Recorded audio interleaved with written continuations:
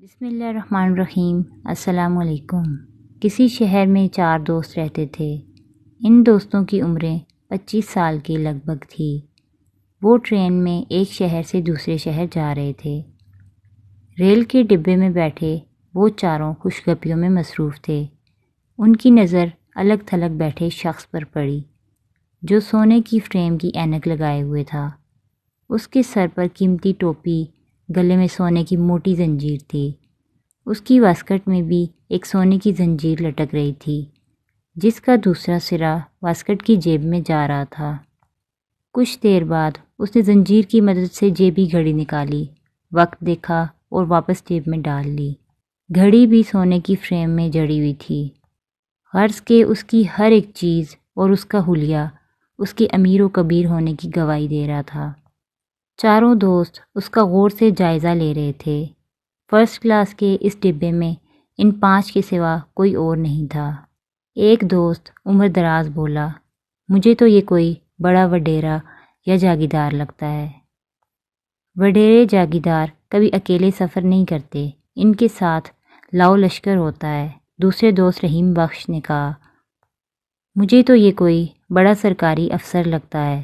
تیسرے دوست عبداللہ نے کہا، سرکاری افسروں کا ایسا حلیہ نہیں ہوتا، مجھے تو یہ کوئی اسمگلر لگتا ہے۔ یہ چوتھا دوست حمید الدین تھا جسے دوست پیار سے حمیدہ پکارتے تھے۔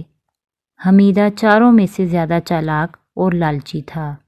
چاروں دوست رازدارانہ انداز میں باتیں کر رہے تھے کہ یہ کوئی بڑی اسامی لگتا ہے، چلو اسے کسی ترکیب سے بیوقوف بنا کر کچھ مال ہتھیار لیتے ہیں۔ چاروں دوستوں نے ایک منصوبہ بنایا اور اس منصوبے کے تحت اس امیر آدمی کے پاس پہنچے اور سلام دعا خیر و خیریت دریافت کرنے کے بعد اس سے کہنے لگے، جناب سفر لمبا ہے، اس لیے وقت گزاری کے لیے کوئی نہ کوئی مشغلہ ہونا چاہیے تاکہ سفر آسانی سے کٹ جائے۔ ایک کھیل ذہن میں آ رہا ہے، اجازت ہو تو کھیل شروع کیا جائے۔ امیر آدمی نے معنی خیز انداز میں ان چاروں پر نظر ڈالی اور ان کا سرسری جائزہ لیا اور اس کے بعد کہا، منظور ہے۔ چاروں دوستوں نے خوشی خوشی امیر آدمی کو شرائط بتاتے ہوئے کہا، ہم چاروں میں سے ہر ایک آدمی ایک قصہ سنائے گا۔ اگر آپ نے اس قصے کو سچ تسلیم نہ کیا تو پھر جو کچھ آپ کے پاس ہے وہ اور آپ کی جیب میں ہے وہ ہمیں دینا ہوگا۔ یہی شرائط ہم چاروں کے لیے بھی ہوں گی۔ آپ کوئی قصہ سنائیں گے، اگر ہم اسے سچ نہ مانیں اور اس میں ناکام رہے تو کپڑوں کے علاوہ ہمارے جسم پر اور جیب میں جو کچھ بھی ہے وہ آپ کا ہوگا۔ امیر آدمی بولا، منظور ہے، 100% منظور ہے۔ پہلے دوست عمر دراز نے اپنا قصہ سناتے ہوئے کہا، میں ابھی پورے 3 ماہ کا نہیں ہوا تھا۔ میں نے دیکھا کہ میری والدہ نے مجھے جھولے میں لٹا رکھا ہے۔ میری والدہ پریشان ہو رہی تھی۔ انہیں گوشت گلانے کے لیے کچے پپیتے کی ضرورت تھی جو گھر کے صحن میں ایک درخت پر لگے ہوئے تھے اور کوئی درخت سے اتارنے والا نہیں تھا۔ میرے ابا نے یہ کہہ کر پپیتے اتارنے سے انکار کر دیا تھا کہ اتنے اونچے درخت پر نہیں چڑھ سکتے۔ پریشانی کے عالم میں میری والدہ باورچی خانے میں چلی گئی۔ مجھ سے ان کی یہ پریشانی دیکھی نہ گئی اور میں اپنے جھولے سے نکلا، درخت پر چڑھا اور کچے پپیتے توڑ کر نیچے اترا اور چپ چاپ باورچی خانے کے دروازے پر رکھ کر واپس اپنے جھولے میں لیٹ گیا۔ میری والدہ کچے پپیتے دیکھ کر حیران رہ گئی۔ آپ کیا کہتے ہیں، یہ بات سچ ہے یا جھوٹ؟ اس نے امیر آدمی سے پوچھا۔ میں اسے سچ تسلیم کرتا ہوں، ایسا ممکن ہے، امیر آدمی نے جواب دیا۔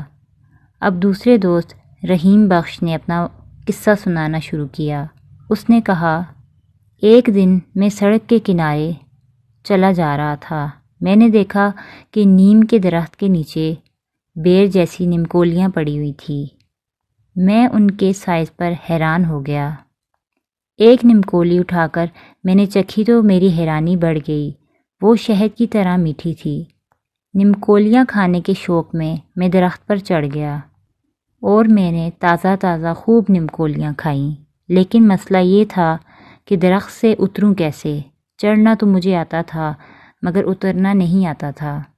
چنانچہ میں نے سیڑھی والے کی دکان پر کرائے کی سیڑھی لی، اسے لگا کر درخت سے نیچے اترا۔ نمکولیوں کے شہد کی طرح میٹھی ہونے پر آپ کا کیا خیال ہے؟ رحیم بخش نے امیر آدمی سے سوال کیا۔